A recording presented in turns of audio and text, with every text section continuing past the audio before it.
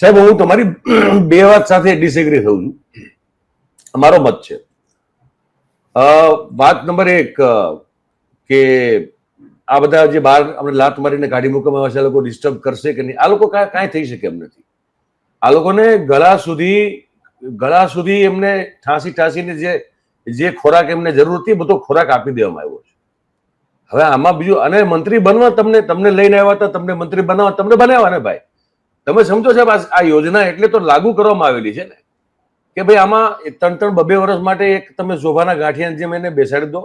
તમારે જે રોલો પાડવો હોય, જે વટ પાડવો હોય, તમારે જે કંઈ થોડા ઘણા તમારે ઉપર નીચેના કામો કરવા એ કરીને 3 વર્ષમાં રવાના થાવ તમે, એટલે બીજાનો વારો આવે. એટલે આમાં આ તો સંગીત ખુરશી જેવું છે, જેમાં વિસલ મારવા વાળો માણસ જે છે એ તો નરેન્દ્રભાઈ મોદી અને અમિતભાઈ શાહ છે. અને એ કહે છે કે તું આ ખુરશી પર બેસી જાય, પેલો બેસી જાય. આમાં જે લોકો સત્તા ઉપરથી ઉતરી ગયા છે એ લોકોની કોઈ એવી હેસિયત વધી નથી કે એ લોકો કોઈ પણ જગ્યાએ બહાર નીકળ્યા પછી અથવા તો એમની ખુરશી ગયા પછી કશું કંઈ કરી શકે. કારણ કે બધાની પૂંછડીઓ દબાયેલી છે સાહેબ. એટલે એક વાતમાં હું ત્યાં સહમત નથી. બીજી વાત જે મને બહુ તમે જયારે કરી ત્યારે તાત્કાલિક હું એના વિશે કંઈ બોલવા માંગતો હતો, હું અત્યારે ભૂલી ગયો. તમે 2 વાત કરી ને. સૌથી પહેલી વાત તમે કઈ કરી? કારણ કે મારી મુદ્દો મહત્વનો છે.